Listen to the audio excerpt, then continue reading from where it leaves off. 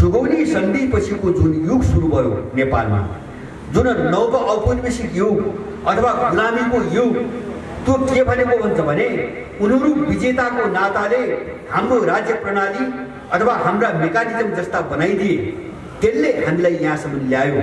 त्यसैले हामी पराधीन छौँ, हाम्रो राज्य प्रणाली स्वाधीन छैन, किन यो राज्य प्रणालीको संरचना उनले बनाइदिएको हामीले बनाउन पाएका छैनौँ। नेपाली भनी चिन्हको निम्ति हामीसँग एउटा कागज कानुनी आधार भएको नागरिकता भए हामीलाई नेपाली भन्ने चिन्ने कुनै पनि आधार हामीसँग बाँकी रहेन। त हामी कसरी मालिक? हामी गुलामै बन्छौँ। हामी गुलाम हो यति बेला ब्रिटिसहरू। त यो चिज बुझ्ने धेरै अगाडि गइसक्यो। इरान त्यही हो, कुनै पनि नयाँ बनाउने चिज भनेपछि त्यो अप्ठ्यारो हुन्छ, अप्ठ्यारो हुन्छ, मेहनत गर्नुपर्छ, कष्टकर हुन्छ, भत्काउन सजिलो हुन्छ। बनेको चिज भत्काउन सजिलो हुन्छ, नभएको चिज बनाउन गाह्रो हुन्छ। त्यसैले यो बाटो गाह्रो छ, त्यो हामीलाई थाहा छ। यसमा बढी मेहनत गर्नुपर्छ, त्यो पनि हामीलाई थाहा छ। थाहा हुँदाहुँदै हामीले के बुझेका छौँ भन्छ भने जब अगाडि बढ्ने बाटो नै छैन र तपाईँ हामी जहाँ पुगिरहेका छौँ यसबाट कुनै निकासै छैन भनेपछि नबनी के गर्ने? विकल्प के? म चाहिँ तपाईँको के अरे चाहिँ राजनीति गर्न थालेको होल टाइमर भनेर कागजमा निर्णय गरेर हिँडेकै तपाईँको 41 वर्ष भयो। 37 सालमा मैले निर्णय गरेको हुँ। म आफै सोध्छु कहिलेकाहीँ यो 41 वर्षमा मैले 41 मान्छेको बिचमा 41 लाख मान्छेको बिचमा कुरा गरेँ होला, 41 लाख मान्छेको बिचमा कुरा गरेँ होला, 41,000 मान्छे मैले बनाएँ होला, तर त्यो एकजना मान्छे आज मसँग छैन। मैले के गरेँ? म कहाँ हिँडेँ? के बनाएँ? जिन्दगी कसरी दुरुपयोग हुन्छ गलत बाटोमा जाँदा? त्यसैले हामी त्यो गल्ती नगरौँ। बुद्धले एउटा बाटो बनाए होइन, त्यहाँ हिँड्ने मान्छे त भेट्दै नि। कार्ल मार्क्सले एउटा बाटो बनाए, कसले रोक्न सक्यो हिँड्ने बाटो? होइन, अथवा कन्फ्युसियसले एउटा बाटो बनाए, ऋषिमुनिले बाटो बनाए, बटुवालाई कसले छेक्न सक्यो? छेक्न सक्दैन। हामी बाटो बनाऊ पहिले, हामी हिँड्ने एउटा गोरेको हामी स्पष्ट पारौँ। हाम्रो मूलभूत लडाइँको बाटो यही हो। पैसाले सुविधा दिन सक्छ तर सुख र शान्ति दिँदैन। पैसाले सुविधा तपाईँ जे पनि किन्न सक्नुहुन्छ, आमा बाउ पनि किन्न सक्नुहुन्छ, तर त्यसले सुख र शान्ति दिँदैन। त्यही कारणले आज हामी गरिब हुँदाहुँदै पनि हामी जति सन्तुष्ट छौँ, हामी जति सुखी छौँ, त्यति एउटा अमेरिकन छैन, एउटा युरोपियन छैन। हामीसँग कस्ता विचारहरू थिए, कस्ता अवधारणा थिए, कस्ता मूल्य मान्यता थिए, कस्तो नैतिकता थियो, कस्तो शिष्टाचार थियो, कस्तो सद्भाव थियो, जो हाम्रो हातबाट गयो। रुस र चीन अहिले पश्चिमी दुनियाँमाथि जो चाहिँ भारी भएर आयो नि, त्यसका पछाडि उनको मिसाइल र पैसाले मात्रै काम गरेको छैन।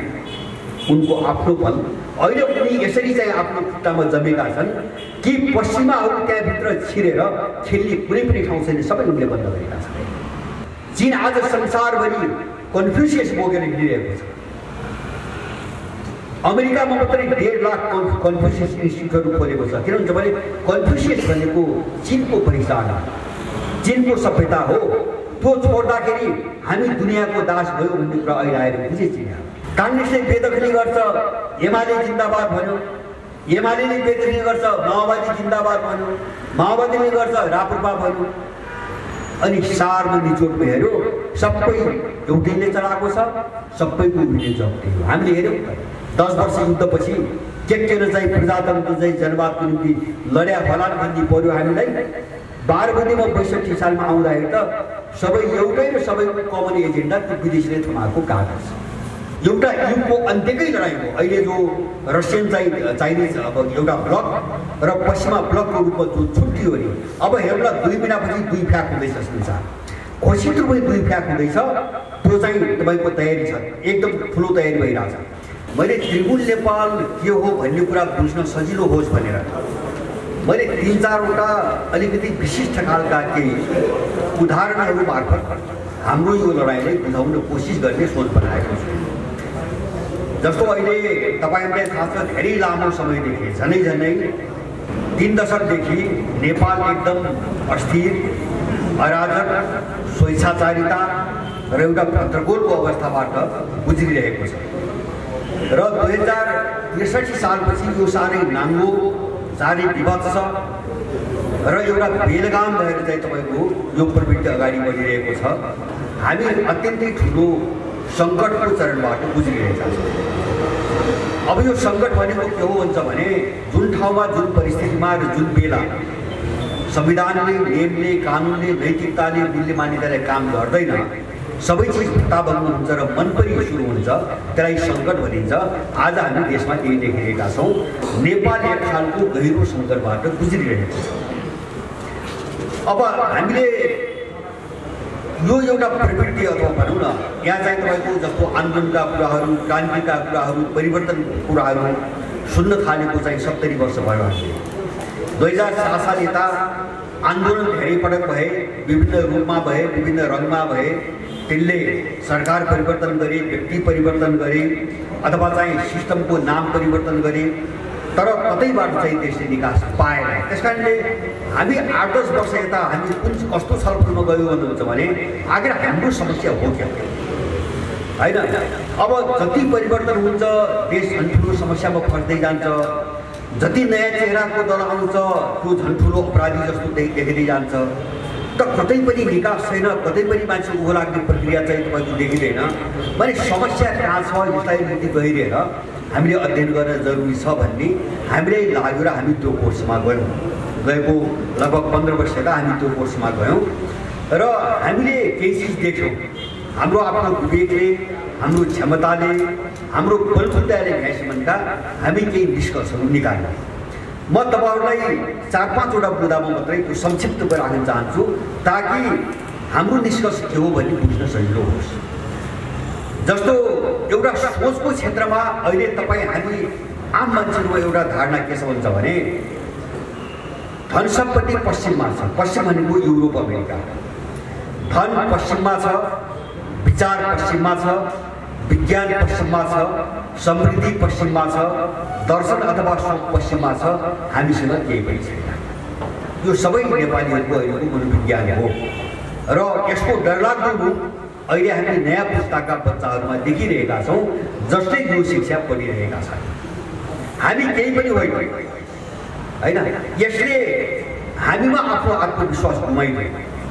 हामीले आफूलाई विश्वास गर्न छोड्यौँ। किन भन्छ भने हामी केही पनि गर्न सक्दैनौँ, हामीसँग केही पनि छैन भन्ने एउटा ठाउँमा पुग्यौँ।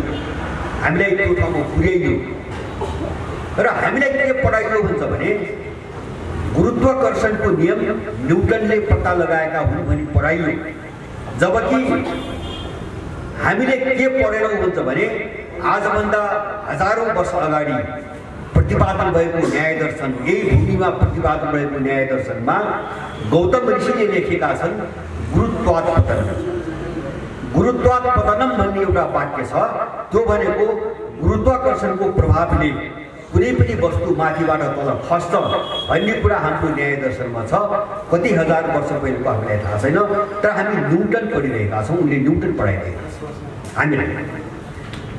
अब यो एउटा उदाहरण भयो। जस्तो वेदमै पनि पृथ्वी सूर्यको चारैतिर घुम्छ भन्ने कुरा छ। हामी ग्यालिलियो र कोपरनिकस पढिरहेका छौँ। हामीलाई ग्यालिलियो र कोपरनिकस पढाइएको छ। यो कुरो वेदमै लेखिएको छ। वेदमा सप्तद्वीपको कुरा छ।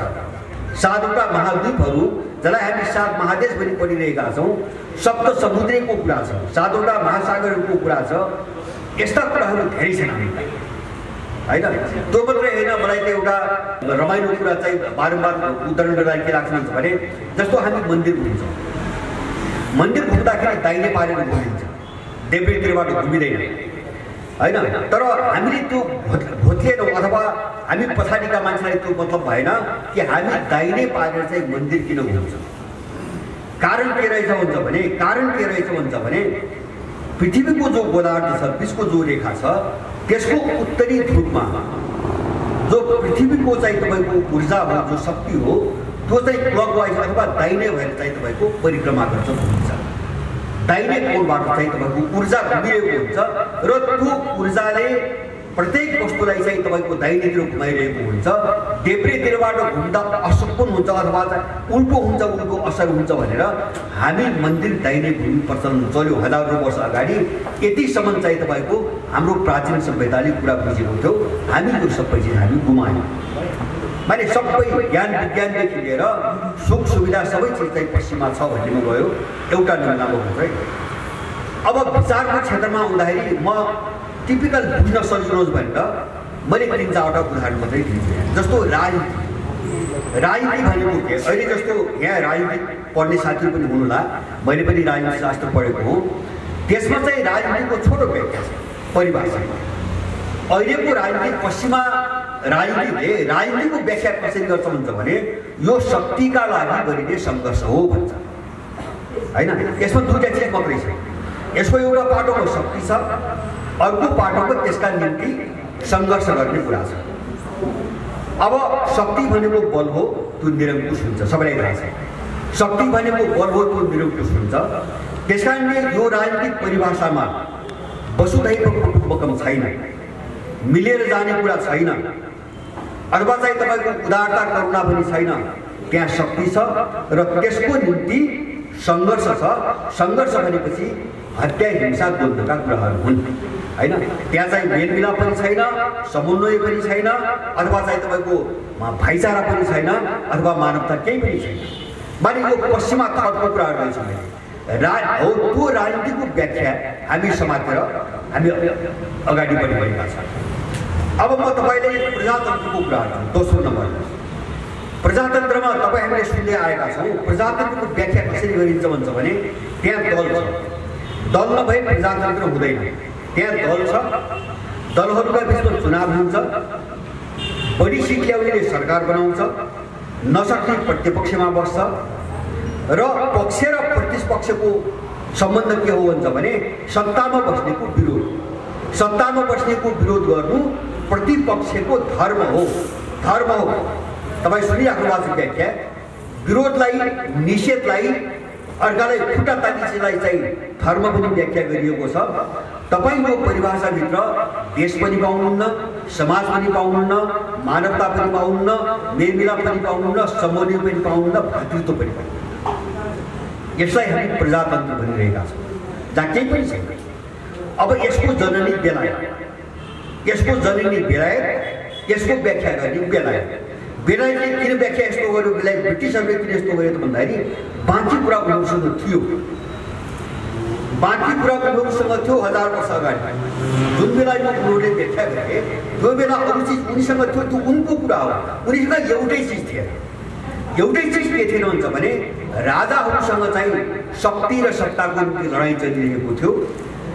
भर्खरै दलहरू बनेका थिए, दलहरू सत्ता आफ्नो हातमा चाहन्थे, राजाले आफ्नो हातमा चाहन्थ्यो। त्यो लडाइँमा जुन एउटा चाहिँ तपाईँको पछि सम्झौता भयो, त्यो सम्झौताले शक्तिको बाँडफाँड अथवा त्यो सत्ताको बाँडफाँडको कुरो टुङ्ग्यायो।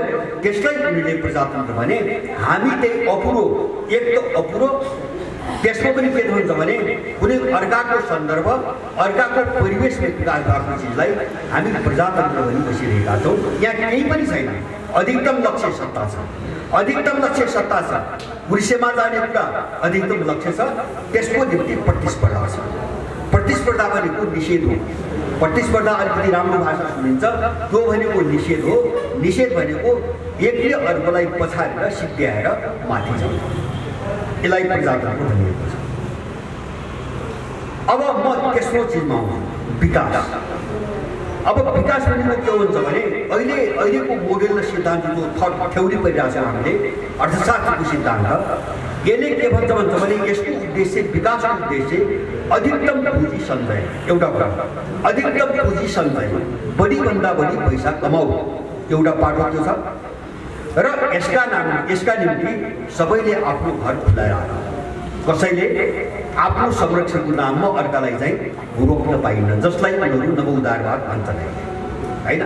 मैले भने अधिकतम पुँजीको सञ्चय एउटा महत्त्वपूर्ण कुरा चाहिँ बुझिराख्नु, पैसा कसरी कमाउने भन्ने कुरा छ, एउटा बाटो।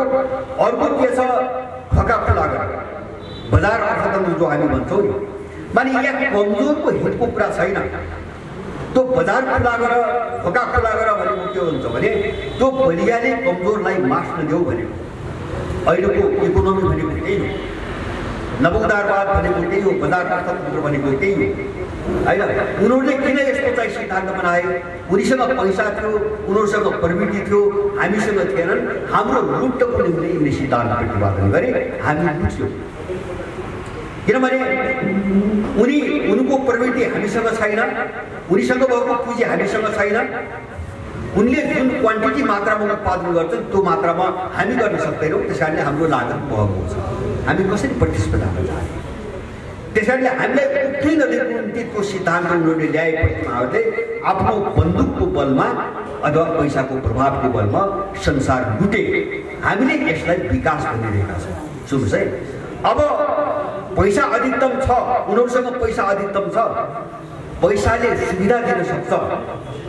तर सुख र शान्ति दिँदैन पैसाले सुविधा तपाईँ जे पनि किन्न सक्नुहुन्छ आमा बाउ पनि किन्न सक्नुहुन्छ तर त्यसले सुख र शान्ति दिँदैन त्यही कारणले आज हामी गरिब हुँदाहुँदै पनि हामी जति सन्तुष्ट छौँ हामी जति सुखी छौँ त्यति एउटा अमेरिकन छैन एउटा युरोपियन छैन आज अमेरिकामा तपाईँ हेर्नुहोस् प्रत्येक दिन स्कुल कलेजमा सडकमा भिडभाडमा अन्धाधुन्ध गोली हानेर एउटा चाहिँ पागलले मान्छे किन बाहिर किन डिप्रेसनमा छ अशान्त छ पैसाले हुँदो रहेछ किन त्यहाँ मानवता हरायो पश्चिमा जगतमा मानवता छैन करुणा छैन परोपकार छैन त्यसले गर्दाखेरि सबै मान्छेलाई पागल बनाउँदै लगेको छ हामी त्यो मोरालिटीमा गयौँ र आज हामीले देखिरहेका छौँ आफूभित्रको प्रवृत्ति हामीले देखिरहेका छौँ हाम्रै समाजका मान्छे कस्तो हुँदै गइरहेका छन् आज पैसाका निम्ति मान्छे कस्तो हुँदै गइरहेको छ किन हामीले उनको त्यो विचार गरिरहेका छौँ अब यो दुईटा कुरा मैले गरेँ अर्थतन्त्रको राजनीतिको कुरा प्रजातन्त्रको कुरा र मैले विकासको कुरा गरेँ म चौथो कुरा गर्छु व्यक्ति स्वतन्त्रता जो चाहिँ ठुलो एउटा स्वरमा हामी सुनिरहेका छौँ नेपालमा व्यक्ति स्वतन्त्रता यो कहाँबाट व्यक्ति बिना के हुन्छ भने जन्मदाखेरि कुनै पनि मानिसमा मूल्य हुँदैन मूल्यविहीन जस्तो मनुले मनुस्मृतिमा भनेका छन् जन्मदा सबै मानिस शूद्र हुन्छ सबै मानिस शूद्र हो बराबर छ जन्मदा मान्छे मूल्यविहीन हुन्छ जब ऊ जन्मन्छ आमाको कोखमा हुन्छ र परिवार र समाजको सम्पर्कमा जान्छ उसको दिमागको मूल्यहरूको विकास त्यसपछि सुरु हुन्छ त्यसैले मान्छे भनेको एउटा पारिवारिक मान्छे हो ऊ सार्वभौम कहिले पनि हुँदैन मान्छे भनेको पारिवारिक मान्छे हो मान्छे भनेको सामाजिक मान्छे हो मान्छे भनेको एउटा नागरिक मान्छे हो कुनै देशमा बसेको छ त्यसैले त्यो नागरिक मान्छे हो कुनै समाजमा छ त्यसकारण त्यो सामाजिक मान्छे हो कुनै परिवारको सदस्य छ त्यसैले त्यो पारिवारिक मान्छे हो मान्छे सार्वभौम कहिले पनि हुँदैन र परिवारको हित समाजको हित राष्ट्रको हितको विरुद्धमा उसको अधिकार भन्ने कुरा के सब तर उनीहरूले व्यक्तिलाई सार्वभौम बनाएर हामी जस्तो कमजोर देशमा व्यक्तिलाई सार्वभौम सोभरेन बनाएर हाम्रा सबै सामाजिक संरचनाहरू छिन्न भिन्न पार्ने र आफ्नो बजार विस्तार गर्ने रणनीतिमा उनले व्यक्ति स्वतन्त्रतालाई सिद्धान्त बनाए हामी त्यही होइन जस्तो अहिले तपाईँ नेपालमा देख्नुहुन्छ नि सबैलाई अधिकार चाहिएको छ दललाई पनि अधिकार चाहिएको छ कुनै जातीय समूहलाई अधिकार चाहिएको छ व्यक्तिलाई पनि अधिकार चाहिएको छ कुनै संस्थासँग अधिकार चाहिएको छ नेपालमा यति बेला म समाजमा छु म देशको नागरिक हुँ म परिवारको सदस्य हुँ त्यस नाताले मैले गर्नुपर्ने केही कर्तव्य छन् मेरा नैतिकता छन्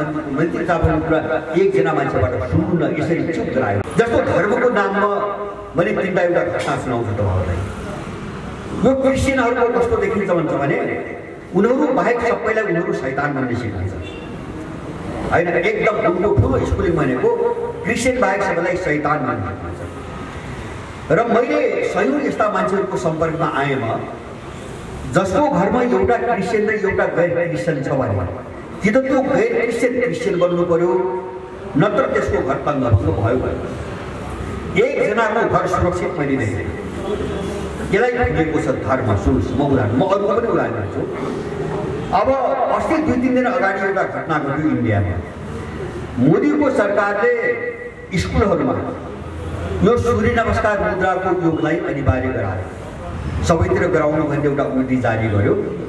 अब उसको नियत खराब हुँदा म बिजेपी आरएसएस ठिक मान्छे हुन् भने मैले भन्दैन, मैले मान्दैन भने, तर सूर्य नमस्कारको योगासन जो छ नि त्यो कसैको निम्ति नराम्रो होइन, स्वास्थ्यको निम्ति नराम्रो होइन, होइन दिमागको अथवा शारीरिक स्वास्थ्यको निम्ति नराम्रो होइन। तर इन्डियाको मुस्लिम पर्सन ल बोर्ड भन्ने एउटा संस्थाले एउटा वक्तव्य अस्ति भर्खरै जारी गरेको छ कि यो मुस्लिम केटाकेटी कसैले नगर्नु, यसबाट जोगिनु भनेर वक्तव्य जारी। कारण के त भन्दाखेरि सूर्य भनेको हिन्दूहरूको देवता, सूर्य भनेको हिन्दूहरूको देवता हो, त्यसैले सूर्य नमस्कार मुद्रामा योगासन नगर्नु। म दोस्रो म धर्मको कुरा गरिरहेको छु। अब यतातिर म हिन्दूहरूको कुरा गर्छु। इन्डियामा गएको वर्ष एउटा कानुन बनेको छ, नागरिकता कानुन। यो विदेशबाट भागेर वा शरणार्थीको रूपमा आएका वा लामो समय त्यहाँ बसेका जति पनि मान्छेहरू छन् इन्डियामा, एउटा कुनै मापदण्ड अन्तर्गत सबैलाई नागरिकता दिने भन्ने एउटा कानुन बन्यो। तर त्यो कानुनले के भन्छ भने मुस्लिम बाहेकका विदेशबाट आएर इन्डियामा बसेका क्रिस्चियनलाई दिने, बुद्धिस्टलाई दिने, जैनलाई दिने अथवा सबैलाई दिने, तर मुस्लिमलाई नै भन्छ है। मैले भन्न खोजेको यो हो धर्मको अनुहार, अहिलेको धर्म, यो दुनियाँको धर्मको अनुहार। अत्यन्तै घिनलाग्दो निकृष्ट अपराधिक मानसिकताको जो एउटा सत्ताको खेल सुरु भयो नि, त्यसलाई हामीले धर्म भनिरहेका छौँ। किनभने हामीले रिलिजन भनेर बुझौँ, हामीले धर्म भनेको रिलिजन भनेर बुझौँ, हामीलाई त्यो पढाइयो, हाम्रो दिमागमा त्यो आयो। जबकि रिलिजन भनेको धर्म होइन, रिलिजन भनेको धर्म होइन। र अब यो समस्या कहाँबाट आयो त भन्छ भने, जस्तो रिलिजनको समस्या कहाँबाट आयो त भन्छ भने, यो गएको 4औं-5औं शताब्दीमा पहिलोपटक संसारको इतिहासमा पहिलोपटक जब धर्म प्रचार गर्ने नाममा मिसनरीहरू पनि, इसाई मिसनरीहरू जब सङ्गठनको रूपमा उदाए र त्यसको सिको गर्दै मुस्लिमहरूले सङ्गठन गर्न थाले, हिन्दूले सङ्गठन गर्न थाले, बुद्धिस्टहरूले सङ्गठन गर्न थाले। संसारभरि यस्ता साम्प्रदायिक सङ्गठनलाई धर्म भन्न हामी थाल्यो। तर म के बुझ्छु भन्छ भने, जुन दिन धर्मको नाममा सङ्गठनका उदय भए त्यही दिन यो दुनियाँमा सबभन्दा घोर अधर्म सुरु भयो। किन धर्मको सङ्गठन हुँदैन? त्यो मान्छेको नैतिक कर्तव्य। धर्म भनेको नैतिक कर्तव्य हो। मान्छेले आफ्नो मानवीय स्वभाव र एउटा चाहिँ मानवीय आचरण अनुसार गर्नुपर्ने कामलाई धर्म भनिन्छ। त्यो कर्तव्यको प्रश्न हो। धर्मको सङ्गठन हुँदैन, धर्म एउटा संस्कारको रूपमा निर्वाह गरिन्छ। तर सम्प्रदायलाई, कुनै एउटा मतमा आधारित सम्प्रदायलाई हामी धर्म बुझेर गयौँ, आज यो कचिनलमा हामी बसिरहेका छौँ होइन। आज त्यो कर्तव्यभन्दा कर्तव्यको पाटो त गयो, धर्मको नाममा, धर्मको रूपमा हामीले के गर्नुपर्ने हो त्यो त हाम्रो दिमागबाट गयो। आज हामी त्यो धर्मलाई राजनीतिक हतियार बनाइरहेका छौँ, सत्ता प्राप्त गर्ने एउटा औजार बनाइरहेका छौँ, आफ्नो नैतिक कर्तव्य होइन। मैले यो 5वटा उदाहरण किन दिएँ भन्छ भने, म भन्छु यो 5वटा विचारसँग सम्बन्धित कुरा भयो। राजनीति के हो, मैले भने राजनीति के हो, उनको व्याख्या हामीले पढिएको कुरा, अनि प्रजातन्त्र के हो, विकास के हो, व्यक्ति स्वतन्त्रता के हो, धर्म के हो, आदि इत्यादि यस्ता हजारौँ उदाहरण छन्। अब यो दुईटा चाहिँ माने हाम्रो चिन्तन अथवा सोच्ने तरिका, दृष्टिकोणले हामीलाई के बनाइदियो भन्छ भने हामीलाई दास बनाइदियो। हामी केही पनि होइनौँ भने बनाइदियो, सबै पश्चिम हो, युरोप र अमेरिका हो भने कि हामी उनको फिलोसफी पढ्नुपर्छ है, हामी उनको फिलोसफी पढ्नुपर्छ। र दोस्रो, उनीहरूले जे विचार दिए त्यही नै ठिक हो भन्ने गयौँ, हामीले आफूसँग भएका सबै गुमाइदियौँ। मैले भने नि, गुरुत्वाकर्षणदेखि लिएर यत्रो विज्ञानको चाहिँ चरम विकास छ प्राचीन कालमा होइन, यो सभ्यतामा, र हामीले सबै बिर्स्यौँ। अब यो दुईटा चाहिँ माने सोच्ने तरिका र विचार, यो दुईटा घुमेपछि हाम्रो जीवन पद्धतिमा परिवर्तन आयो, हाम्रो जीवन पद्धतिमा परिवर्तन आयो होइन। किन विचार र सोचले मान्छेको जीवन बदल्छ, व्यवहार बदल्छ, आचरण बदल्छ। अब त्यो कहाँ परिवर्तन आयो त भन्छ भने हाम्रा खानपान भत्किए। किन दिमाग उताको बनिरहेको छ, हाम्रो पश्चिमको तयार भइरहेको छ दिमाग। हाम्रो खानपान बदलियो, हामी उनको सिक्यौँ। हाम्रो भेषभूषा बदलियो, हामीले उनको सिक्यौँ। हाम्रा संस्कारहरू सिद्धे, हामीले उनको सिक्यौँ। जन्मदिनमा हामी दीप प्रज्वलन गर्छौँ, कसैको ठुला मान्छेको जन्मदिन मनाउन उनीहरूले बत्ती निभाउन सिकाए हैन। हाम्रा चाहिँ संस्कारहरू मरे, हाम्रा खानपान मरे, नवाई खुवाई मरे, वेशभूषा मरे। त यो सबै जीवन पद्धति चाहिँ बदलिसकेपछि हाम्रो चरित्रमा परिवर्तन आयो। हामी चरम लम्पट, स्वार्थी, अवसरवादी र भ्रष्ट मान्छेको रूपमा चाहिँ देखा पर्यो। यस्तो समस्या भइरहेको छ। त्यसकारणले मैले यो चिज किन उठाइरहेको हुन्छ भने सोच विचार र जीवन पद्धति आफ्नो भएन भने मान्छे कहाँ पुग्दो रहेछ भन्ने कुराको एउटा नमुना अहिलेको नेपाल हो। त्यसकारणले अहिले देशको समस्या के हो भन्ने प्रश्न गर्दा हामीले दल हो भनेर मात्र पुग्दैन, अथवा कुनै एउटा सत्तामा जाने व्यक्ति हो त्यो उत्तर पर्याप्त छैन, अथवा कुनै शिष्ट मात्रै हो त्यो जवाब पनि पर्याप्त छैन। जस्तो पञ्चायत, बहुदल, प्रजातन्त्र, लोकतन्त्र इत्यादि भने समस्या हाम्रो दिमागमा छ। हाम्रो निष्कर्ष यति हो, समस्या हाम्रो दिमागमा छ, समस्या हाम्रो मस्तिष्क हो हैन। जे चिज हाम्रो दिमागमा भरिएको छ हामीलाई समस्यामा त्यसैले घुमाइरहेको छ। त्यसैले यसबाट चाहिँ मुक्ति कसरी प्राप्त गर्ने, तृणमूल नेपालको मुख्य लडाइँ यहाँ हो। मुख्य लडाइँ त्यहाँ हो। मैले भने नि त्यसको निम्ति हामीले के भनेका छौँ भने हाम्रो आफ्नो वैचारिक पाठशाला हैन, हाम्रो आफ्नो स्कुल अफ थट। त्यो भनेको के हुन्छ भने हाम्रो आफ्नो चिन्तन प्रणाली। हामी कसरी सोच्छौँ हजारौँ वर्ष अगाडि अथवा केही सय वर्ष अगाडि हामी कसरी सोच्छौँ जीवन र जगतको बारेमा, हामीसँग कस्ता विचारहरू थिए, कस्ता अवधारणा थिए, कस्ता मूल्य मान्यता थिए, कस्तो नैतिकता थियो, कस्तो शिष्टाचार थियो, कस्तो सद्भाव थियो जो हाम्रो हातबाट गयो। अब त्यसलाई अहिलेको आवश्यकता अनुरूप अझै विकसित गरिकन त्यसको पुनर्स्थापना कसरी गर्ने यो ठुलो चुनौती हाम्रो अगाडि छ। नत्र यो लडाइँ हामी लड्न सक्दैन। किनभने उनको घरमा बसेर, विदेशीहरूको घरमा बसेर अथवा उनले थमाएका हतियार हातमा समातेर हामी देशको निम्ति लड्न सक्दैनौँ, हामी आफ्नो निम्ति लड्न सक्दैनौँ। हाम्रो समस्या यो हो। त्यसकारणले गर्दाखेरि अब हाम्रो पार्टीले जस्तो तृणमूल नेपालले के भनेको हुन्छ भने हाम्रो आफ्नो स्कुल अफ थट, त्यो विशेष गरेर 4-5 एउटा मापदण्डलाई आधारमा हेरेको। पहिलो कुरा हाम्रो समग्र देशको परिवेश के हो, नम्बर 1। हाम्रो देशको परिवेश कस्तो छ, नम्बर 1। दोस्रो हाम्रो देशको सभ्यता के हो, नम्बर 2। तेस्रो हाम्रा देशका संस्कृतिहरू कस्ता छन्। चौथो कुरा हाम्रो देशको जलवायु कस्तो छ। पाँचौँ कुरा हाम्रो देशको माटो कस्तो छ। छैठौँ कुरा तपाईँ हाम्रो आवश्यकता के हो। यो अनुसारको हाम्रो राज्य प्रणाली कस्तो चाहिएको हामी त्यहाँ जाउँ। हाम्रो कुरै हामी यही फस्यौँ।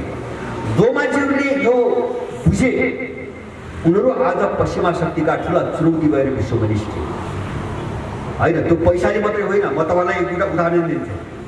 रुस र चीन अहिले पश्चिमी दुनियाँमाथि जो चाहिँ भारी भएर आयो नि त्यसका पछाडि उनको मिसाइल र पैसाले मात्रै काम गरेको छैन। उनको आफ्नो बल अहिले उनी यसरी चाहिँ आफ्नो खुट्टामा जमेका छन् कि पश्चिमाहरू त्यहाँभित्र छिरेर खेल्ने कुनै पनि ठाउँ छैन, सबै उनले बन्द गरेका छन् होइन। आज चीन तपाईँ हेर्नुहोस्, चीन आज संसारभरि कन्फ्युसियस बोकेर हिँडिरहेको छ। अमेरिकामा मात्रै 1.5 लाख कन्फ्युसियस इन्स्टिट्युटहरू खोलेको छ। किन भने कन्फ्युसियस भनेको चीनको पहिचान, चीनको सभ्यता हो। त्यो छोड्दाखेरि हामी दुनियाँको दास भयो भन्ने कुरा अहिले आएर बुझे चीन। कति वर्ष विदेशीले शासन गरे चीनमा, किन आफ्नोपन गुमेपछि शासन गरे। त्यहाँ त उपभोक्ता मात्रै बाँड्छ। जस्तो अहिले हामी उपभोक्ता मात्रै हो, मान्छे होइन।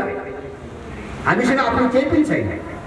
नेपाली भनी चिन्नको निम्ति हामीसँग एउटा कागज कानुनी आधार भएको नागरिकता भए हामीलाई नेपाली भन्ने चिन्ने कुनै पनि आधार हामीसँग बाँकी रहेन। त हामी कसरी मानिन्छ? हामी गुलामै बन्छौँ। हामी गुलाम हो यति बेला विदेशीहरू। त यो चिज बुझ्ने धेरै अगाडि गइसक्यो। इरान त्यही हो। मैले चाहिँ 2 महिना अगाडि इरानको एउटा के अरे चाहिँ सुरक्षा मन्त्रीको वक्तव्य हेरेको थिएँ। बडो अनौठो वक्तव्य थियो। उनले के भनेका थिए भन्छ भने यति बेला अमेरिका र इरानको युद्ध भयो भने इरानले जित्छ भनेर, हामी जित्छौँ भने अनि मलाई उत्सुकता लाग्यो कसरी जित्छ इरान। उनको तर्क बलियो तर्क के थियो भन्छ भने अहिले इरानसँग जे छ त्यो सबै इरानको छ, प्रविधि इरानको, राज्य प्रणाली इरानको, मूल्य मान्यता इरानको, इरानलाई अगाडि बढाउने थट इरानको, फिलोसफी इरानको। पश्चिमाहरू छिर्ने एउटा पनि छिद्र अहिले चाहिँ हामी दिँदैनौँ उनको हातमा। हिजो त सबै उनको थियो त छिर्न सकेको थियो, सबै उनको। त्यस कारणले हामीले चाहिँ उनको दास भएर बस्छौँ। सत्य यही कुरा हो।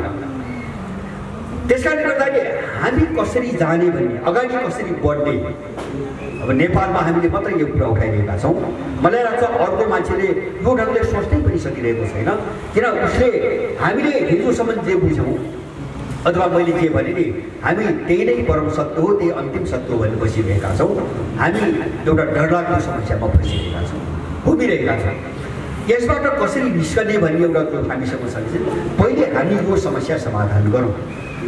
जस्तो मैले अघि भने प्रजातन्त्र भनेको निषेध हो, पश्चिमा विचार है। प्रजातन्त्र भनेको प्रतिस्पर्धा अथवा निषेध होइन। एकले अर्कालाई निषेध गरेर जाने सोच बनाउनु भन्दा हामी समन्वय सहकार्य मिलेर जाने सोच बनाउन हामी किन सक्दैनौँ? हामी मिलेर देश बनाउने, मिलेर समाज बनाउने सोचमा हामी किन जान सकेनौँ? किन हामीलाई प्रतिस्पर्धा नै गर्नु पर्यो र अर्काको खुब पनि लाग्नु पर्यो। यो दोषबाट हामी मुक्त हुनुपर्छ। जस्तो काठमाडौँमा खानेपानीको यत्रो हाहाकार खर्च 50 वर्षदेखि पानी उद्योग छैन, राज्यले लगानी गर्दैन, तर यहाँ पेप्सी कोलाको चाहिँ जहरको उद्योग छ, मेचीदेखि महाकालसम्म गुटखा उद्योग छ। कृषि प्रधान भनिएको देशले वर्षमा 50 अरबको धान चामल आयात गर्छ खानको निम्ति। हामी दाल भात साँझ बिहान खानको निम्ति 50 अरबको अनाज आयात गर्छौँ, तर देशभरि चाहिँ तपाईँको हुक्का उद्योगहरू छ। हामी त्यसलाई विकास गर्न बसिरहेका छौँ, किन त्यो पुँजी सञ्चय गरी उनको मोडेल हो। हामीले के बुझ्न सक्नुहुन्छ भने हाम्रो विकास भनेको त हामीसँग जे छ त्यहाँबाट उठ्ने हो भन्ने कुरा हामीले बुझेनौँ, बुझाउन सकेनौँ। हामीसँग के छ? हामीसँग कृषिको सम्भावना छ, हामीसँग पशुपक्षीहरू छन्, हामीसँग वनजङ्गल छ, हामीसँग जडीबुटी छ, हामीसँग पानी छ, हामीसँग पर्यटन छ, हामीसँग खाने र खनिज छ। हाम्रो विकास भनेको यति हो। हामीसँग नभएको चिज किनेर आफ्नो पैसा फालेर कुनै पनि देशको विकास हुँदैन, भएको छैन। कुनै पनि देश उँभो लागेको छैन। त्यसैले हाम्रा स्रोत साधन, हामीसँग भएको पुँजी, हामीसँग भएको जनशक्ति र हामीसँग भएको प्रविधि, यदि 4 चिजबाट हामी जे गर्न सक्छौँ हाम्रो विकास त्यही हो। हामी त्यो कुरो बुझ्न सकेनौँ। हामी उनको मोडलमा गयौँ, आफ्नो सबै चिज उनलाई बुझायौँ। भने यो समस्या कसरी बुझाउने आम मान्छे हुँदैन? पहिलो कुरो त तपाईँ हामी कसरी बुझ्ने? एउटा नेतृत्व गरेर जाने भन्ने मान्छेहरूले यो कुरा पहिले कसरी बुझ्ने? पहिलो समस्या यहाँ छ। दोस्रो कुरो आम मान्छेको यो कुरा कसरी बुझाउने? दोस्रो ठुलो समस्या। यति कुरा बुझ्यौँ भने मलाई लाग्छ यो लडाइँ हामीले ठुलो लडाइँ गर्नु पर्दैन। यही बुझाइ बुझेका 75 जिल्लामा 5-10 जना मान्छेको टिम हुने हो मात्रै भने पनि यो लडाइँ सजिलोसँग गर्न सकिन्छ। कारण किन त हुन्छ भने यो आवाज नेपालको मात्रै होइन। हामीले यसरी बुझ्नुपर्छ। किन भन्छ भने यो विश्वको चाहिँ समस्या हो, विश्वभरिको लडाइँ हो। जस्तो अहिले मैले अलिकति उठाएँ, रुस र चीन र पश्चिमाहरूको जो लडाइँ आएको छ नि, उनीहरूले प्रश्न भनेका छन्। रसियनहरूले अस्ति भर्खरै युरोपियन युनियनको अध्यक्षले बोल्यो, चीनसँग लडाइँ साह्रै डरलाग्दो छ भन्यो। कारण के त भन्दाखेरि यो न्यारेटिभको लडाइँ हो। सुन्नुहोस् है, उनीहरूले बुझेको कुरा यो न्यारेटिभको लडाइँ हो, यो आख्यानको लडाइँ हो, यो शास्त्रको लडाइँ हो, अर्थात् यो चिन्तन र विचारको लडाइँ हो। युरोपियन युनियनको अध्यक्षले त्यो भनिसक्यो हो नै के उनीहरू त्यहाँ डराएछन्। किन भन्छ भने अब पूर्व उठ्दैछ भन्ने कुरा छ उनको मनमा त्रास। अब पूर्वीय सभ्यता अगाडि बढ्यो, ऊ चाहिँ तपाईँको नेतृत्व लिने कोसिसमा अगाडि बढिरहेछ भने उनीहरूले बुझे हामी सिद्धिन्छौँ भन्ने एउटा भयले काम गरिरहेछ। अब तपाईँको यतातिर पनि त्यही हो। जस्तो अस्ति म तपाईँलाई सम्झाउनुको निम्ति मात्रै 15 डिसेम्बरको दिन, आज 7-8 गति भयो, 22 दिन अगाडि रुसी राष्ट्रपति र चिनिया राष्ट्रपतिको एउटा भर्चुअल बैठक भयो होइन, अनलाइन बैठक भयो। त्यो बैठकपछि 2-3टा कुराहरू आयो उनका मुखबाट। एउटा सीले के भन्यो भन्छ भने अबको दुनियाँको पावर सेन्टर हामी हो, रुस र चीन हो विश्वको शक्ति केन्द्र र अन्तर्राष्ट्रिय न्यायको नेतृत्व पनि हामी गर्छौँ। उनी मुखै बोलेर आफै बोले र त्यसको भोलिपल्ट एउटा समाचार के आयो भन्छ भने रुस र चीन मिलेर विश्वव्यापी रूपमा अलग एउटा फाइनेन्सियल सिस्टम विकास गरेका छन् र त्यो घोषणा गर्दैछन्, तयारीमा छ एउटा त्यो हुआ। अथवा समानान्तर अर्थतन्त्रको एउटा ढाँचा उनीहरूले तयार पारिसक्यो भने पूर्व र पश्चिमकै लडाइँ हो अहिले विश्वको ट्रेन्ड। के भन्छ भने गएको 500 वर्ष यता जसलाई हामीले आधुनिकतावाद भन्यौँ, आधुनिकतावाद, म यो प्रसङ्ग जोडेर मेरो कुरा सक्छु। त्यो आधुनिकतावाद आजका दिनसम्म आउँदा संसार बर्बाद भयो। मैले भने नि दर्शन त्यही हो होइन, त्यो विभिन्न रूपमा अलिकति परिमार्जित हुँदै गएको छ। यद्यपि त्यो बेला बोल्ने मान्छेहरूले अलि फरक सन्दर्भमा बोले, अहिले त्यसलाई अर्को सन्दर्भमा चाहिँ व्याख्या गरिन्छ, तर सार त्यही हो। आधुनिकतावादले यो संसारलाई जहाँ पुर्यायो, अभाव, हिंसा, हत्या, मानसिक विक्षिप्तता होइन, तनाव जुन ठाउँमा पुर्यायो, मान्छे आक्रान्त छ, यसबाट छुटकारा खोजिरहेछ। र त्यही हो न्यारेटिभको बहस भनेको, त्यही हो शास्त्रको बहस भनेको, त्यही हो। अहिले जस्तो चाहिँ तपाईँको कोरोना पछि पनि तपाईँको एउटा बहस संसारभरि के उठ्यो भन्छ भने शासन प्रणाली पश्चिमाहरूको डेमोक्रेटिक प्रणाली ठिक कि चिनिया प्रणाली ठिक, यो ठुलो बहस भयो, उनकै देशमा बहस भइरहेको छ। किन अब हामी कहाँ बहस गर्नु पर्यो भन्छ भने प्रजातन्त्र भनेको, मैले भने विकास भनेको पुँजीको सञ्चय हो कि मान्छेको सुखी र सन्तुष्ट जिन्दगी। प्रजातन्त्र भनेको जस्तो प्रजातन्त्र भनेको दल खोल्ने, भोट माग्ने, सरकारमा जाने कुरा मात्रै हो कि मान्छेको सुखी, सन्तुष्ट र आनन्दको जिन्दगी। हामी केलाई प्रजातन्त्र? किन दल खोल्ने र प्रतिस्पर्धा गर्ने त पोलिटिकल एलिटहरूको कुरा हो, त्यो आम मान्छेको कुरा होइन। सत्ताको आकांक्षासँग आम मान्छेको कुनै सरोकार हुँदैन। हामीले प्रजातन्त्रै गलत ढङ्गले, त्यस कारणले त्यो प्रजातन्त्र त मान्छेलाई सन्तुष्टि दिनु पर्थ्यो, सुखी बनाउनु पर्थ्यो, शान्त बनाउनु पर्थ्यो र सुरक्षित राख्नु पर्थ्यो। केही पनि छैन, सबैतिर मान्छे समस्याग्रस्त छ। यसको रूप चाहिँ तपाईँको एउटा मोडेललाई हामी प्रजातन्त्र भनी बसिरहेका छौँ। हामी बहस आफ्नो ढङ्गले गर्न किन नसकेको? मैले सुने किन भन्छ भने हाम्रा आत्मविश्वास भयो, उनको फिलोसोफी लिएर उनको थटले हामीले आत्मविश्वास गुमायौँ। त्यसैले यो बहस हामीले गरेर हुन्छ भने हामीले विश्वासै छैन। हामी त्यस्तो समस्या परिसकेका छौँ। हाम्रो समस्या यो। त्यसैले गर्दाखेरि अब यो चिज नबुझेर तपाईँ कतिपटक जिन्दगीभरि चाहिँ पुस्दा यिनै अपराधीको पछि लागेर जो उनको भारी बोकेर आइरहेछन् दलको नाममा, यिनकै पछि लागेर कति पुस्ता नष्ट गर्ने हामी। काङ्ग्रेसले बेदखली गर्छ, एमाले जिन्दाबाद भन्यो, एमाले बेदखली गर्छ, माओवादी जिन्दाबाद भन्यो, माओवादीले गर्छ राप्रपा भन्यो। अनि सारमा निचोडमा हेऱ्यो सबै एउटैले चलाएको छ, सबैको उहिले जप्ती हो। हामीले हेऱ्यौँ 10 वर्ष युद्धपछि के चाहिँ प्रजातन्त्र चाहिँ जनवादको निम्ति लड्या फलान भन्ने पर्यो हामीलाई।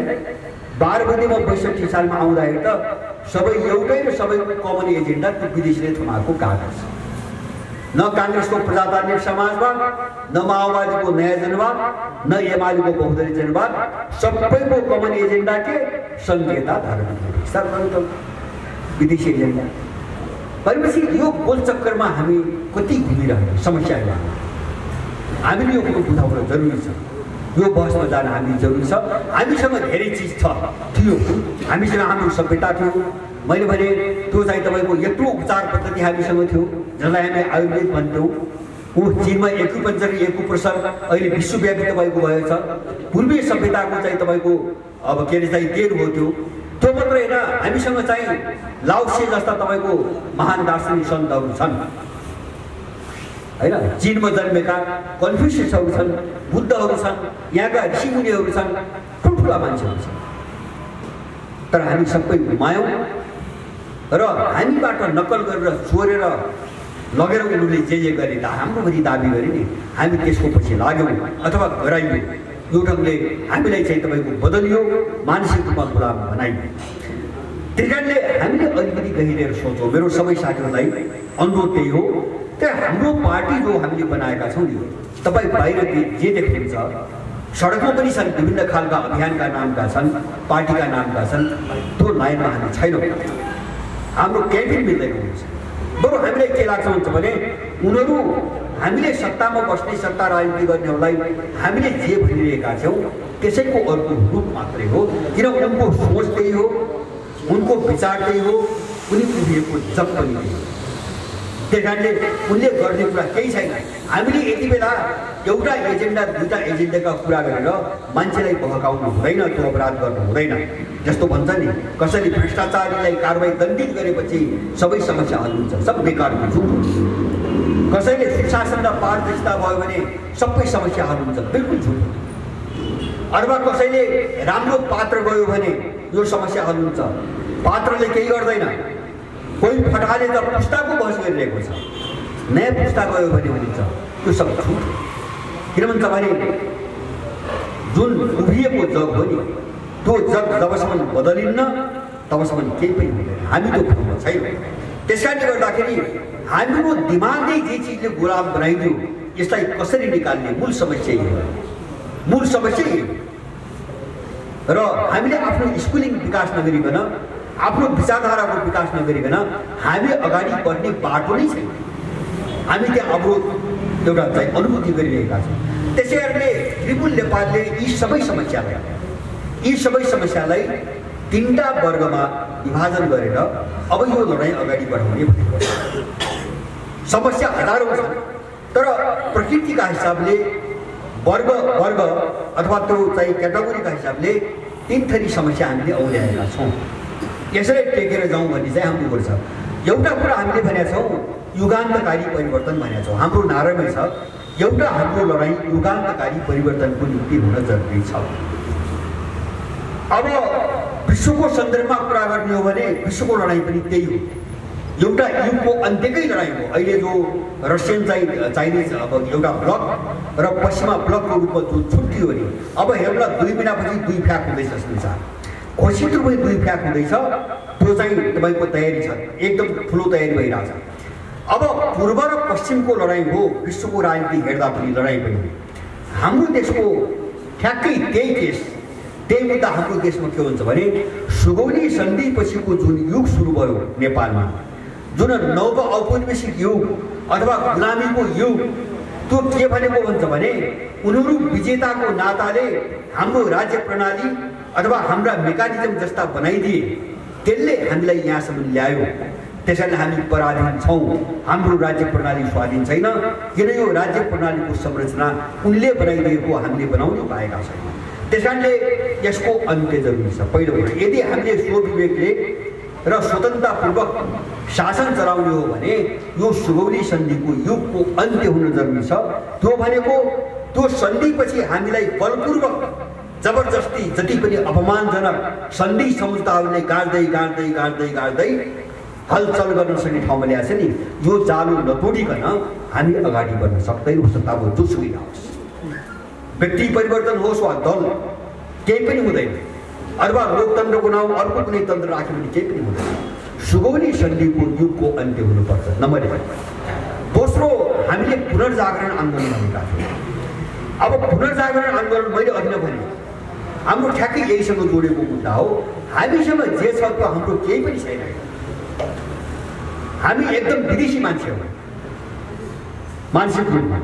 हामीसँग हाम्रो दर्शन छैन, सोच्ने तरिका छैन, हामीसँग हाम्रो विचारधारा छैन, हामीसँग हाम्रो राज्य प्रणाली छैन, हामीसँग हाम्रो जीवन पद्धति छैन, हामीसँग हाम्रो आपसी सामाजिक सम्बन्ध छैन। सबै मर्यो। यो चिज कसरी पुनर्बहाली गर्ने, कसरी यो चिज फर्काउने, हाम्रो दोस्रो समस्या। हामी यो लडाइँ लड्न जरुरी छ। मैले यसैलाई हाम्रो आफ्नो स्कुल अफ थट भनेको, हाम्रो आफ्नो विचार पाठशालाको विकास भनेर मैले यसैलाई भने हौँ। र तेस्रो हाम्रो लडाइँ राष्ट्र पहिलो भन्ने एउटा हाम्रो नारा छ।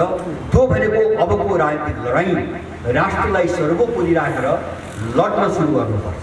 किन अघि मैले भने कुनै राज्य प्रणालीले राजालाई सर्वोपरि बनाए, कसैले दललाई सर्वोपरि बनाए, देश सर्वोपरि यहाँ भएन। यहाँको राजनीतिमा राष्ट्र सर्वोपरि भएको कुनै राजनीति हामीले देखेनौँ। त्यसले गर्दाखेरि देश मर्यो। मैले भने यो प्रजातन्त्रको व्याख्यामा दल छ, सत्ता छ, उनका बिचमा प्रतिस्पर्धा छ, तर यसको व्याख्यामा देश पनि छैन, नागरिक पनि छैन, केही पनि छैन, समाज पनि छैन। त्यसकारणले यी मरे। उनको सिद्धान्त नभएको चिज त कमजोर हुने हो, देश त कमजोर हुने भयो। जुन सिद्धान्तमा देशै छैन, समाज कमजोर हुने भयो, उनको व्याख्यामा समाजै छैन, नागरिक कमजोर हुने भयो, उनको व्याख्यामा नागरिकै छैन। त्यहाँ पोलिटिकल इलिटहरूको पावरको सङ्घर्ष छ। यो प्रजातन्त्रको परिभाषामा हामीले यसलाई गहिरोसँग बुझ्न सकिरहेका छैनौँ। त्यसकारणले हामीले जे आत्मसात गरेका छौँ हामी त्यो पहिले फ्याँकौँ र उनले आफ्नो अनुसार व्याख्या गर्न सक्छन् भने हामीले आफ्नो आवश्यकता अनुसार नयाँ व्याख्या गर्न हामी दिन सक्दैनौँ। हामीमा किन यो हिंसाबोध आइरहेको छ? यो हिंसाबोध हामीले तोड्नुपर्छ। त्यसै कारणले हामीले हाम्रो दस्तावेजमा हामीले प्रजातन्त्र भन्ने शब्द प्रयोग गरेका छैनौँ। हामीले त्यसलाई गणराज्य समाज भनेका छौँ। हामीले गणराज्य समाज भनेका छौँ। त्यो गणराज्य भनेको गणतन्त्र होइन भने त्यता नजाउँदा गणतन्त्र राजतन्त्रसँग सम्बन्धित होइन। हामीले गणराज्य समाज भनेका छौँ। जस्तो यो प्रजातन्त्रको मात्रै के हो भन्छ भने मान्छेको बिचमा भोटिङ गराउने र केही ज्ञानहरू चुनाव लड्ने, त्योभन्दा बढी केही पनि छैन। एउटा मान्छेको टाउकोलाई गरिकन चाहिँ तपाईँको शासन गर्ने शासन गर्ने कुरा मात्रै छ, केही पनि छैन। हामीले गणराज्य समाज भन्दा गण भनेको नागरिक मान्छे हो, गण भनेको मान्छे हो। मान्छेको चाहिँ टाउकोमाथि उभिएर समाज बन्छ, अथवा मान्छेहरूबाट मान्छेको समूहबाट समाज बन्छ। समाजको कानुनी रूप राज्य हो। व्यक्ति, नागरिक, समाज, राज्य, यो तीनटा चिजको समन्वय जसले गर्छ त्यसलाई हामी व्यवस्था भन्छ। त्यसैले यो चारवटा चिजलाई छुट्याउन मिल्दैन। जस्तो यहाँ धर्मनिरपेक्ष भने नि, राज्य कहिले पनि धर्मनिरपेक्ष हुँदैन, यो अपराधी भन्छ। किन धर्म भने यसले के बुझे भन्छ भने मैले अघि भने नि सम्प्रदाय धर्म भनेको त मान्छेको नैतिक कर्तव्य हो, एक आपसको सम्बन्ध हो, परोपकार हो, वसुधैव कुटुम्बकम हो होइन। त्यसबाट राज्य निरपेक्ष हुन्छ कहिले? राज्य निरपेक्ष त्यो भनेको संस्कृति हो, राज्य निरपेक्ष हुँदैन। त्यसकारणले मानिसलाई, समाजलाई, राज्यलाई एउटै व्यवस्थामा कसरी जोड्ने हाम्रो अवधारणा थियो। गणराज्य समाजको हाम्रो अवधारणा त्यो हो। यसलाई एक अर्कोबाट छुट्याउन सकिँदैन, जस्तो उनीहरू छुट्याइरहेका छन्। मैले भने नि व्यक्ति स्वतन्त्रता भन्छ, समाजबाट व्यक्तिलाई अलग गरिरहेका छन्, अनि राज्यलाई धर्म निरपेक्ष भनिरहेका छन्, राज्यलाई समाजबाट अलग गरिरहेका छन्। सबैलाई अलग अलग छिन्न भिन्न पार्ने र एक्ला एक्लै बनाएर चाहिँ नष्ट गर्ने उनको रणनीति छ। पश्चिमाहरू त्यसरी आएका छन्। त हामी यो बहसमा अलिकति गहिरिएर जाउँ, अलिकति अध्ययनको एउटा परम्परा पनि हामी सुरु गरौँ र बहसमा जाउँ। मैले यति भन्दै साथीहरूलाई अन्तिममा एउटा अनुरोध गर्न चाहन्छु। अब समाधान योभन्दा अन्त छैन, हामीलाई लाग्ला समय। किन भन्छ भने कुनै पनि नयाँ बनाउने चिज भनेपछि त्यो अप्ठ्यारो हुन्छ, अप्ठ्यारो हुन्छ, मेहनत गर्नुपर्छ, कष्टकर हुन्छ, भत्काउन सजिलो हुन्छ। बनेको चिज भत्काउन सजिलो हुन्छ, नभएको चिज बनाउन गाह्रो हुन्छ। त्यसैले यो बाटो गाह्रो छ, त्यो हामीलाई थाहा छ। यसमा बढी मेहनत गर्नुपर्छ, त्यो पनि हामीलाई थाहा छ। थाहा हुँदाहुँदै हामीले के बुझेका छौँ भन्छ भने जब अगाडि बढ्ने बाटो नै छैन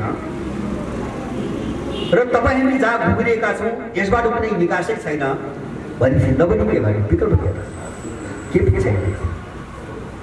तपाईँ हामीले नसकौँला, यो एकछिनकाल पनि हाम्रो जिन्दगीमा नसकौँला, बाटो मात्रै बनोस्, लड्ने अथवा त्यसमा हिँड्ने बटुवाको आवश्यकता खट्किँदैन, कहिले पनि खट्किँदैन। उनीहरूले एउटा बाटो बनायो होइन, त्यहाँ हिँड्ने मान्छे त भेट्दै नि। कार्ल मार्क्सले एउटा बाटो बनायो, कसले रोक्न सक्यो हिँड्नबाट होइन। अथवा कन्फ्युसियसले एउटा बाटो बनायो, ऋषिमुनिले बाटो बनायो, बटुवालाई कहिले छेक्न सक्दैन। हामी बाटो बनाऊ पहिले, हामी हिँड्ने एउटा गोरेको हामी स्पष्ट पारौँ। हाम्रो मूलभूत बनाएको बाटो यही हो।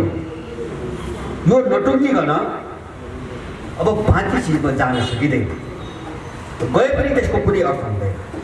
त्यो त हामीले देख्यौँ। जस्तो यी म चाहिँ तपाईँको के अरे चाहिँ राजनीति गर्न थालेको होल टाइमर भनेर कागजमा निर्णय गरेर हिँडेकै तपाईँको 41 वर्ष भयो। 37 सालमा मैले निर्णय गरेको हुँ। म आफै सोध्छु कहिलेकाहीँ यो 41 वर्षमा मैले 41 मान्छेको बिचमा 41 लाख मान्छेको बिचमा कुरा गरेँ होला। 41 लाख मान्छेको बिचमा कुरा गरे होला, 41,000 मान्छे मैले बनाएँ होला, तर त्यो एकजना मान्छे आज मसँग छैन। मैले के गरेँ? म कहाँ हिँडेँ? के बनाएँ?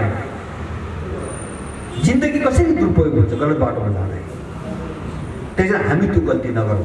सानो स्वार्थले एकछिनको मजाको निम्ति सिङ्गो सन्तान बिगाडिदिने, पुस्ता बिगाडिदिने हामी त्यो अपराध अब गर्नु हुँदैन। हामी 1 जना हौँ, 2 जना हौँ, 5 जना हौँ, 10 जना हौँ, लड्दै गएपछि चाहिँ सफल भइँदै जान्छ। जो मान्छे स्पष्ट गन्तव्यमा छ, एउटा उसको स्पष्ट लक्ष्य छ, त्यसलाई कुनै पनि शक्तिले पराजित गर्न सक्दैन। यो संसारभरिका योद्धाहरूको इतिहासले प्रमाणित गरेको कुरा हो। हामी पनि पराजित हुँदैनौँ। यद्यपि हामीले धेरै अप्ठ्याराहरू गुज्रदै जानुपर्ने अवस्था छ। हामी ठुलो प्रतिकूलताको बिचमा छौँ, तर यो लडाइँ लड्नुपर्छ, किनभने योभन्दा अर्को बाटो हामीसँग छैन, अब छैन। र संसारको ट्रेन पनि यही हो, मैले भने, र नेपालको ट्रेन पनि यही हो। यो हामीले मात्रै भनेको होइन, हामीले मात्रै होइन। संयोगले हामीले 15 वर्षदेखि सुरु गर्दै गरेको बहस विश्वमा छताछुल्ल हुने गरी देखियो। अहिले यो संसारकै ट्रेन हो भने आधुनिकतावादको नाममा जो अत्याचार, जो बर्बादी संसारले बेहोर्यो नि, त्यसबाट छुटकारा संसारकै माग हो। त्यो हाम्रो मात्रै हो। म तपाईँहरूलाई 2-3टा उदाहरण मात्रै दिन्छु, म धेरै टाढा जाँदिनँ, यति भन्न सक्छु। जस्तो मैले भने नि, चीनले कन्फ्युसियस किन बोकिरहेको छ?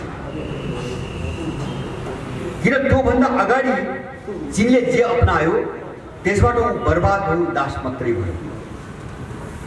त्यसकारणले अब चीनलाई आफ्नो आइडेन्टिटीको निम्ति, आफ्नो पहिचान र समृद्धिको निम्ति उसलाई कन्फ्युसियस चाहिएको छ। नत्र चीन विश्वको महाशक्ति बन्दैन। केले चीन आउँदैन? पैसाले त महाशक्ति बन्दैन, पैसाले मात्रै, हतियार मात्रै त बन्दैन होइन। जस्तो मैले बारम्बार भन्छु, जस्तो दरबार हत्याकाण्डपछि जो पावर सेन्टर, शक्ति केन्द्र हो नि, त्यो ढल्दाखेरि नेपालमा जो तरलता सुरु भयो, अहिलेसम्म रोकिएको छैन। त्यो पावर मात्रै पावर भएर मात्रै पावर सेन्टर हुँदैन। पावर त केपी ओलीको झन्डै झन्डै 2/3 बहुमत आएको थियो, त्यत्रो पावर कहाँ गयो? सेन्टर भने अर्कै हो, मियो भने अर्कै चिज हो, पिलर भने अर्कै चिज हो। त्यो पावर भएर मात्रै मियो बन्दैन। त्यसकारणले विश्वको शक्ति केन्द्र भनेपछि त्यो पैसाले र मिसाइलले मात्रै हुने चिज होइन। त्यसलाई धेरै चिजले रेकगनाइज गर्नुपर्छ, मान्नुपर्छ।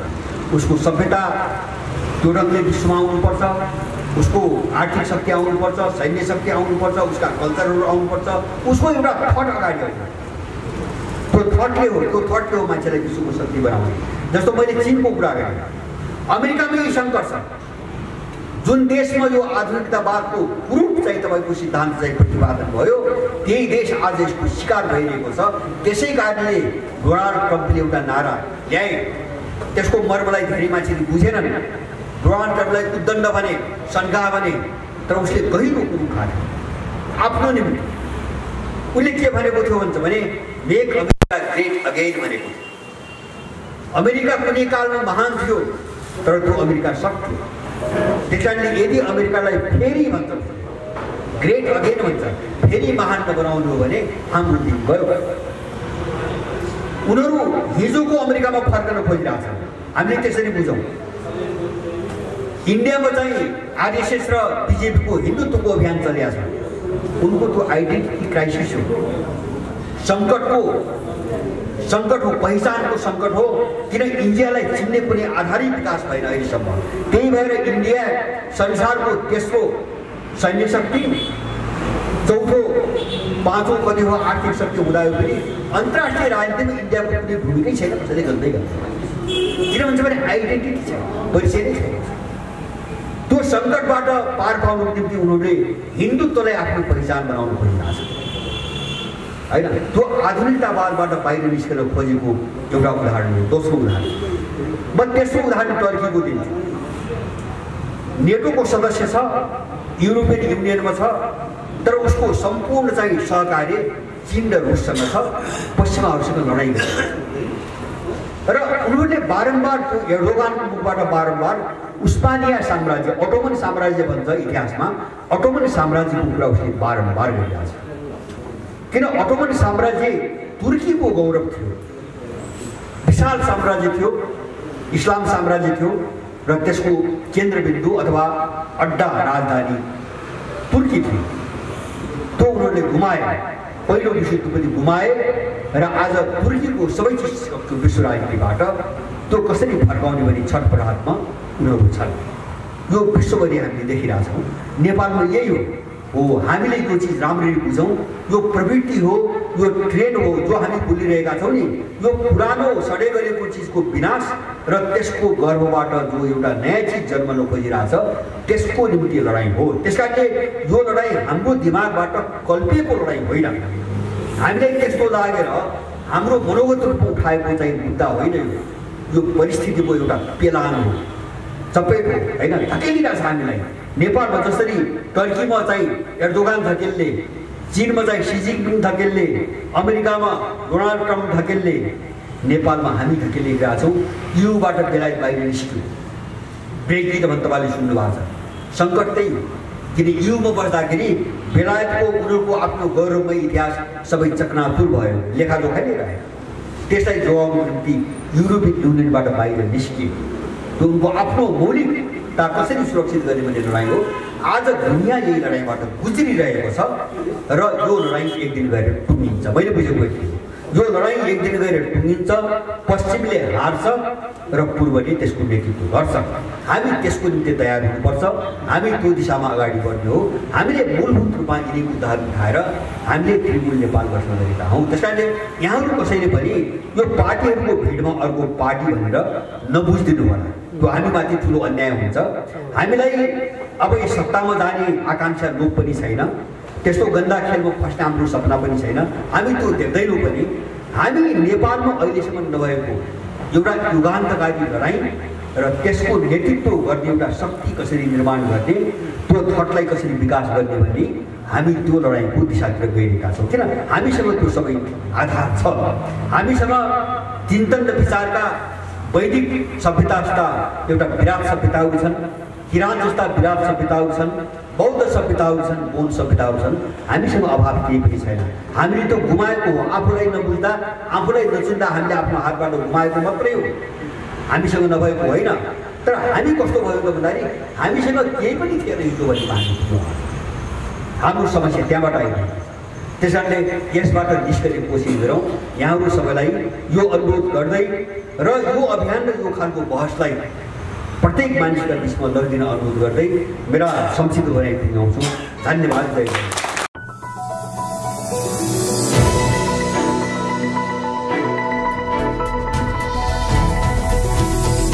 हिमाल अनलाइन टिभी।